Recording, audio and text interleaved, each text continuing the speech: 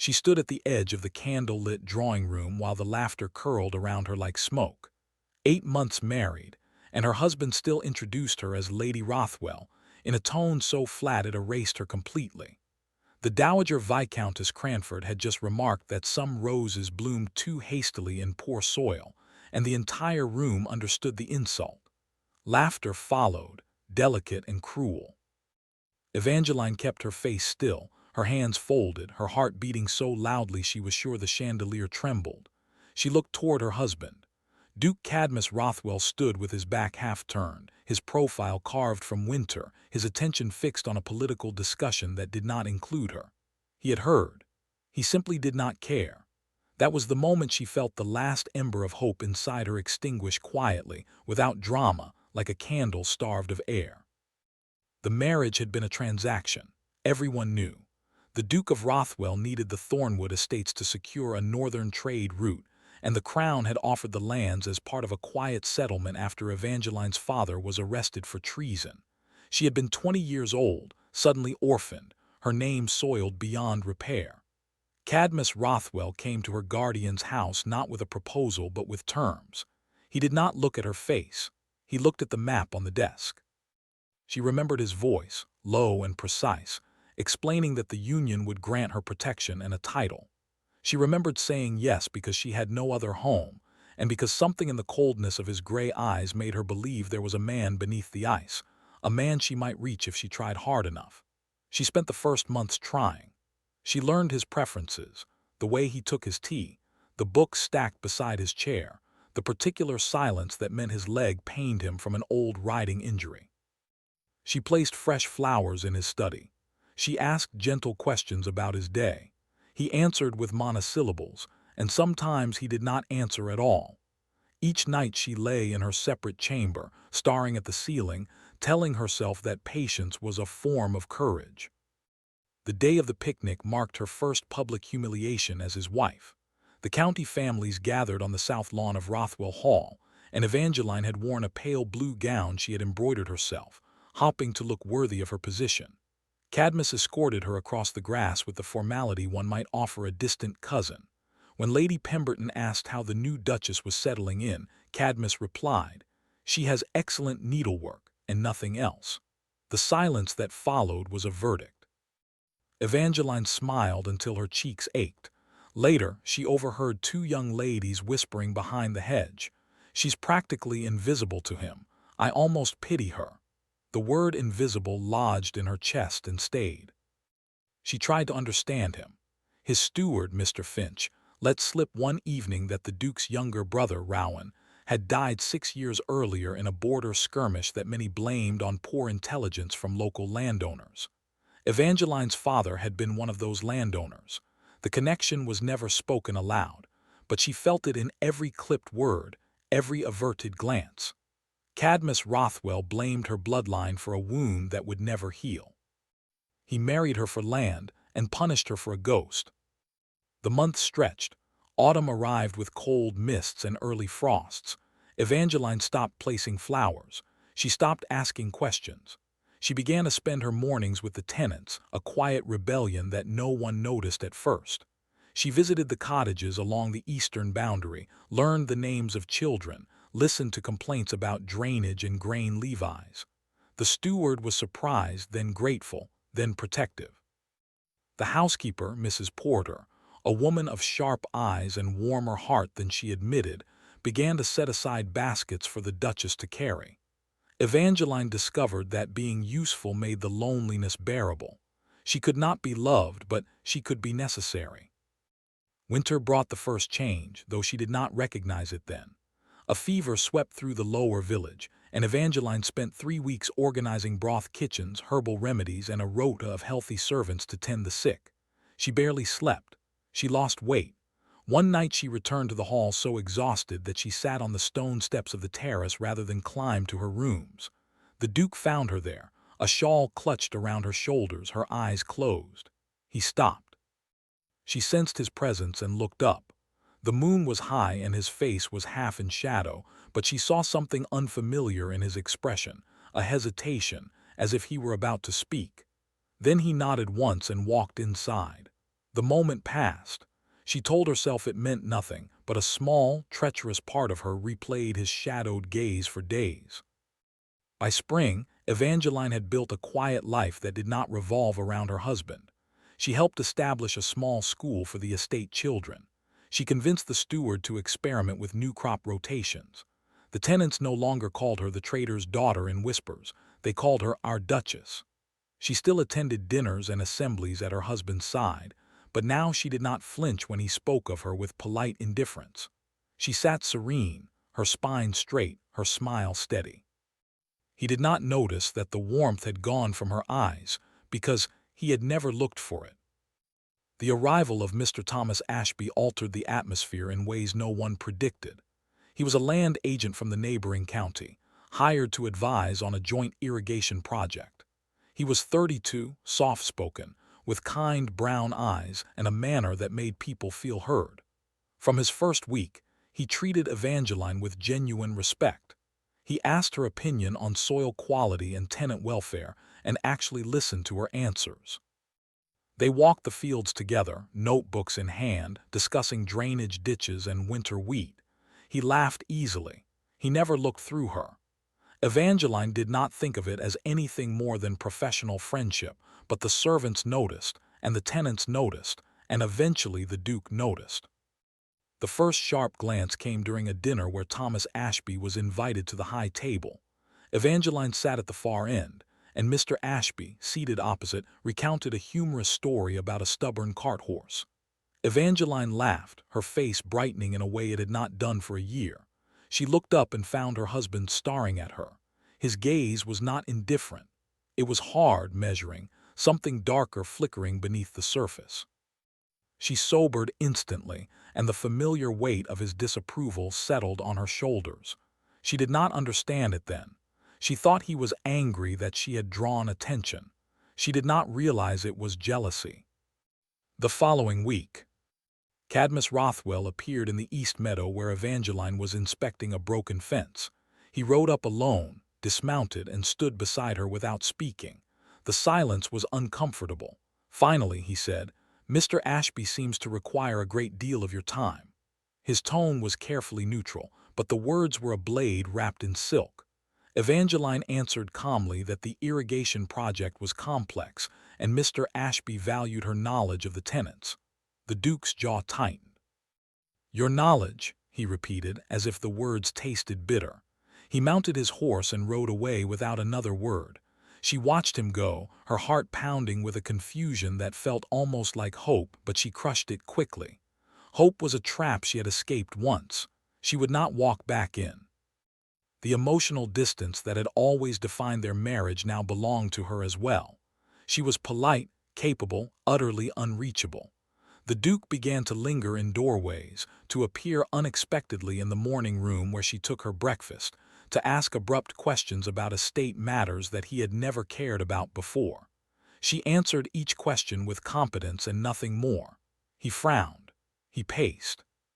He dismissed servants with sharp words and then stood in his study, staring at the fireplace, a man grappling with a problem he could not name. The first fracture in his composure came on a rainy afternoon in early summer.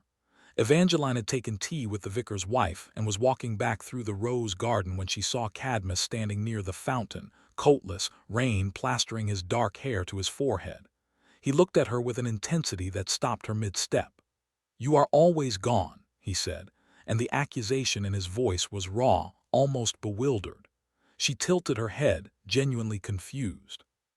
"I am exactly where I have always been, Your Grace, attending to my duties." He flinched at the formal title. She had not called him by his given name in months. He opened his mouth, closed it, then turned and walked into the rain, leaving her standing beneath her umbrella, her heart a muddle of old pain and new bewilderment. That night, Evangeline found a leather-bound journal in the library while searching for a book on herbal remedies. It was tucked behind a row of ledgers, its pages yellowed, the handwriting small and hurried. She recognized it instantly as belonging to Rowan, the Duke's younger brother. She should have closed it. She did not. She read entries that sketched a vivid, loving portrait of a boy who worshipped his older brother, who wrote with excitement about a visit to the northern border, who mentioned meeting a kind baron who had warned them of trouble. That baron was Evangeline's father. The final entry was dated 2 days before Rowan's death. It spoke of a planned ambush that the baron had tried to prevent, but his message had been intercepted. Rowan wrote, "Papa's old friend Thorn tried to warn us. Cadmus will never believe it because the official report blames the baron. I must find proof when I return." He never returned. Evangeline sat frozen, the journal open in her lap. Her father had not been a traitor. He had been a man trying to save a boy he barely knew, and his reward was a noose and a ruined name. Cadmus had lived for 6 years believing a lie. She understood then that her marriage was built on a ghost of blame that had never been real. She closed the journal and pressed her hand against her mouth to hold back a sob that was part grief, part fury, part aching relief. She was not the daughter of a traitor. She had never been. The question became what to do with the truth.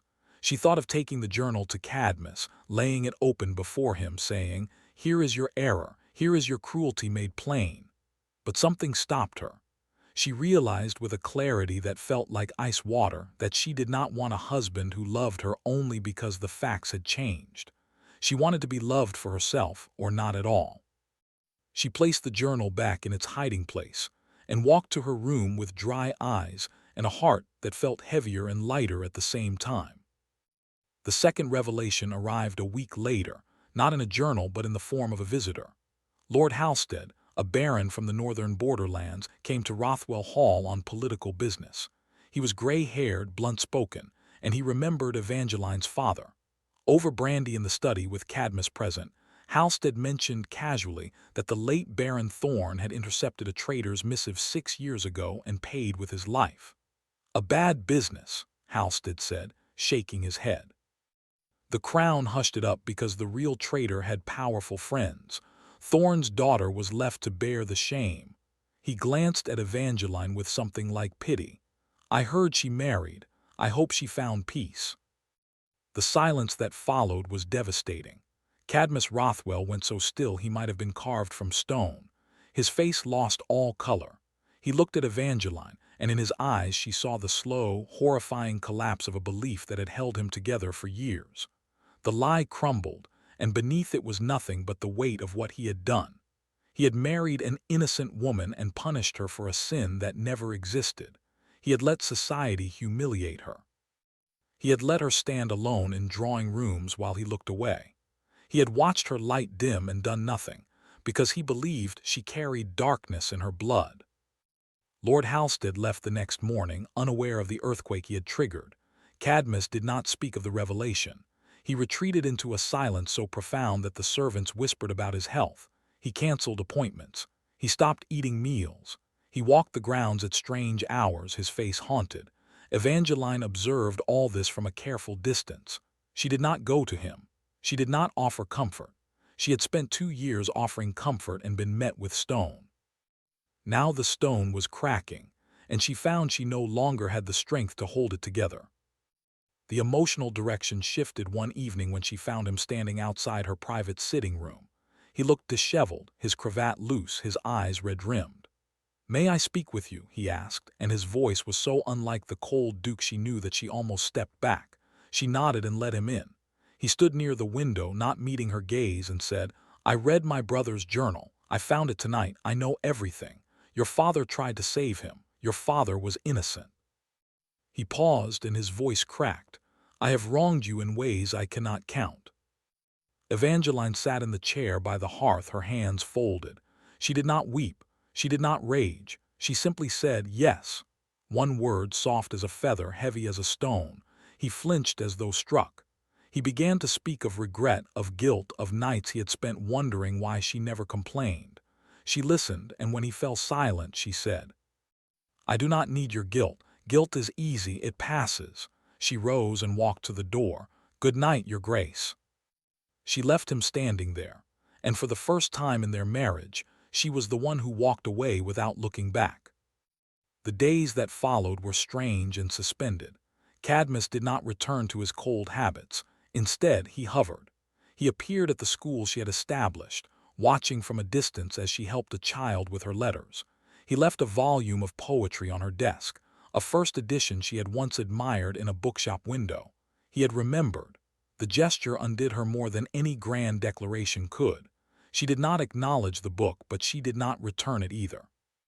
The jealousy that had pricked him before now twisted into something more desperate. Thomas Ashby still visited, still walked the fields with Evangeline, still made her laugh. Cadmus watched them from the terrace, his hands gripping the stone balustrade until his knuckles paled. One afternoon, he intercepted Ashby in the drive and spoke to him in a low, furious tone.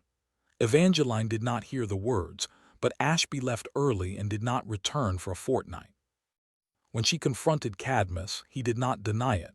"I could not bear it," he said, his voice ragged. "Seeing him stand where I should have stood, seeing you smile at him the way you never smile at me." "You never wanted my smiles," she replied quietly. "You taught me not to offer them." He looked gutted. "I was wrong. I have been wrong every day since I married you.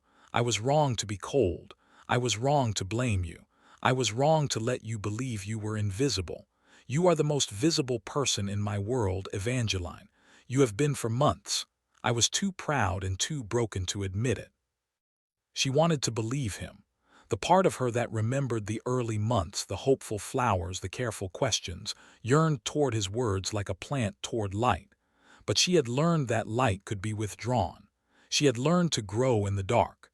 She told him she needed time, and he nodded with a humility that was entirely new. He did not press. He simply stayed. The emotional climax came not in a ballroom or a garden, but in the estate office on a storm-swept night. An urgent message arrived that the river had burst its banks in the lower village and families were trapped. Evangeline did not hesitate. She pulled on a heavy cloak, ordered horses and lanterns, and began organizing a rescue party. Cadmus found her in the yard, rain lashing her face, shouting instructions to grooms. He caught her arm. "You cannot go. It is too dangerous." She turned on him with a ferocity that startled them both. "I have been invisible, silent, obedient. I have accepted your coldness, your distance, your contempt. But I will not accept being told I cannot help people who need me. Let go of my arm." He let go. Something shifted in his expression, a kind of shattering. He said, "Then I am coming with you." And he did. They rode together through the storm, worked side by side, pulling families from flooded cottages, mud soaking their clothes, rain blinding them. At one point, Evangeline slipped on the bank and nearly fell into the racing water. Cadmus caught her, his arm locking around her waist, and for one suspended moment they stood pressed together, breathing hard, the storm howling around them. He said her name like a prayer, and she saw that he was weeping, tears mixing with rain. "I cannot lose you," he said. "I have lost everything else. I lost my brother. I lost years to hatred. I cannot lose you too." She did not answer in words.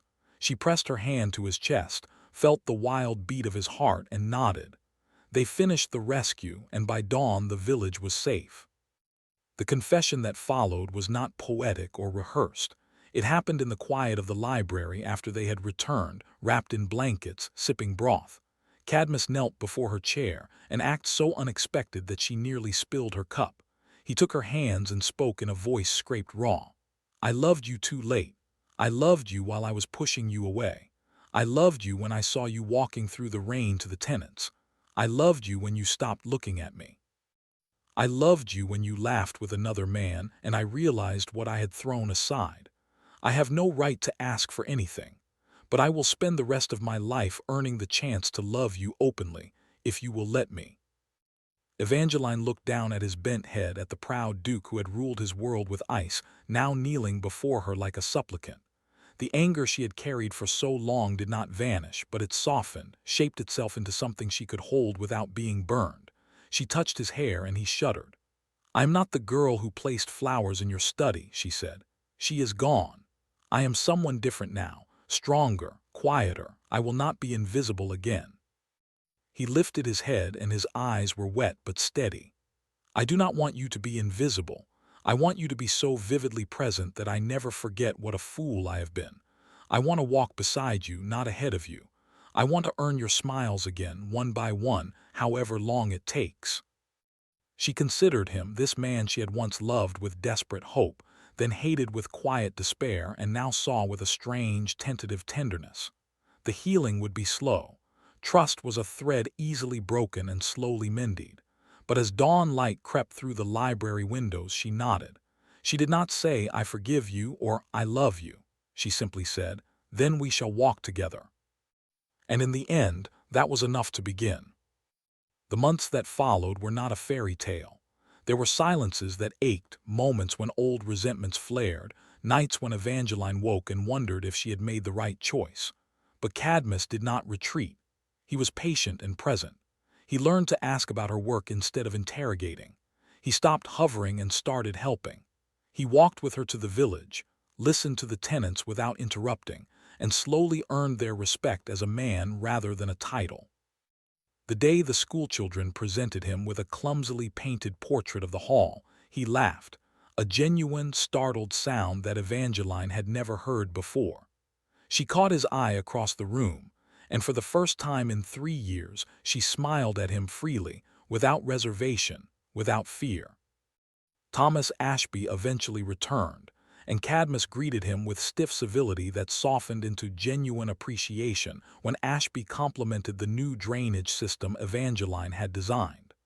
Jealousy did not vanish, but it transformed into something less possessive, more protective. Cadmus learned to trust what Evangeline had built, and in doing so, he learned to trust her.